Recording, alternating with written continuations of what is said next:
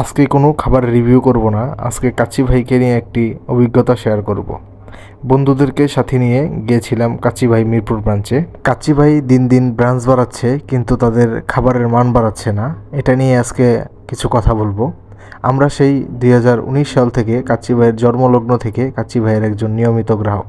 প্রথম দিকে কাচ্চি ভাইয়ের খাবার নিয়ে কোনো বলার ছিল না, মানে তারা ছিল এক কথায় অসাধারণ। কিন্তু তারা দিন দিন তাদের ব্রাঞ্চ বাড়াচ্ছে ঠিকই, কিন্তু খাবারের মান উন্নত করছে না, বরঞ্চ আরও অবনত হচ্ছে। কাচ্চি ভাইয়ের যে 320 টাকা প্যাকেজ রাখছে, আগে ছিল সেটা 300 টাকা, এখন আরও 20 টাকা বাড়িয়ে 320 টাকা হয়েছে। কিন্তু 320 টাকার কাচ্চির প্যাকেজের মধ্যে তাদের যে পরিমাণ রাইস দিচ্ছে, সেই পরিমাণ রাইস মনে হচ্ছে না যে একজন মানুষের দুপুরের লাঞ্চের জন্য উপযুক্ত, যেহেতু আমরা একটু খাদক মানুষ। কাচ্চি ভাইয়ের প্রতি অনুরোধ থাকবে, 320 টাকার যেই কাচ্চির প্যাকেজটা, সেটা প্রয়োজনে আপনারা 350 টাকা করুন, কিন্তু 320 টাকার যে রাইস, আপনাদের আরেকটা নিয়ম হচ্ছে আপনারা আলাদা কোনো রাইস সেল করেন না, সেক্ষেত্রে নতুন করে একটা প্যাকেজ নিতে হয়। সেক্ষেত্রে যারা স্টুডেন্ট আমরা খেতে যাই, তাদের জন্য এটা খুবই একটা ব্যয়বহুল একটা প্যাকেজ হয়ে যায়। কারণ কাচ্চি ভাইদের 320 টাকা নিয়ে একটা বাজেট নিয়ে গেলে মোটামুটি যদি ভরপেট খাবার না হয়, সেক্ষেত্রে আমাদের স্টুডেন্টদের জন্য এটা খুবই একটা হ্যাসেলের বিষয়। এবং খাবারের মানের কথা যদি বলি, আগে খাবারের কাচ্চি নিয়ে কোনো বলার কিছু ছিল না। কাচ্চি ভাই মানেই হচ্ছে কি এক কথায় বেস্ট।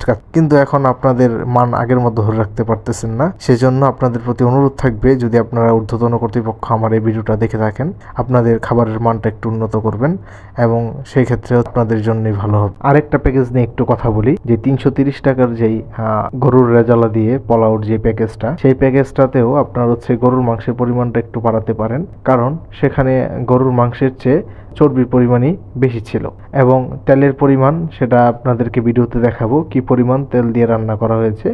এটা একটা ব্র্যান্ডের খাবারের মধ্যে এত তেল ইউজ করা সমীচীন না, সেক্ষেত্রে আপনারা বিষয়টা একটু খেয়াল করবেন। আর আপনাদের বুড়ানি এবং লাচ্ছি নিয়ে বলার কিছু নাই, সেটা বরাবরই সেরা। আপনাদের কাচ্চি ভাইয়ের খাবার সবসময় সেরা আমরা জানি, কিন্তু দিন দিন এই চোখের সামনে এই অবনতি কাচ্চি ভাইয়ের, সেটা আমরা মেনে নিতে পারি না। তাই কাচ্চি ভাইয়ের একজন শুভাকাঙ্ক্ষী হিসাবে আমার এই অভিজ্ঞতাটা শেয়ার করা।